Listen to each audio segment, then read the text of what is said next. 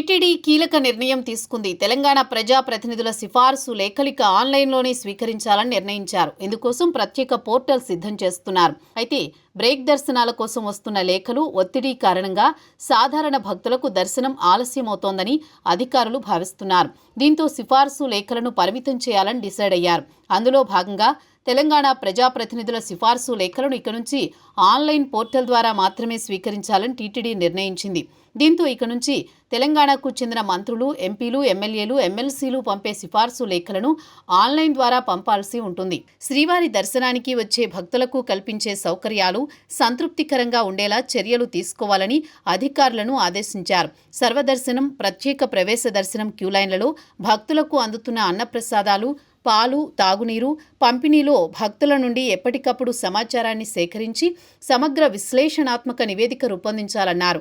లడ్డూ ప్రసాదాలు పంపిణీ చేసే కౌంటర్ల వద్ద భక్తులకు ఆలస్యం చేయకుండా పంపిణీ చేసేలా చర్యలు చేపట్టాలని ఆదేశించారు. తిరుమలకు వచ్చే భక్తులకు అందుబాటులో ఉన్న రవాణా సదుపాయాలపై భక్తుల నుండి అభిప్రాయ సేకరణ చేపట్టాలని, తద్వారా వారికి మరింతగా మెరుగైన సేవలు అందించవచ్చని సూచించారు.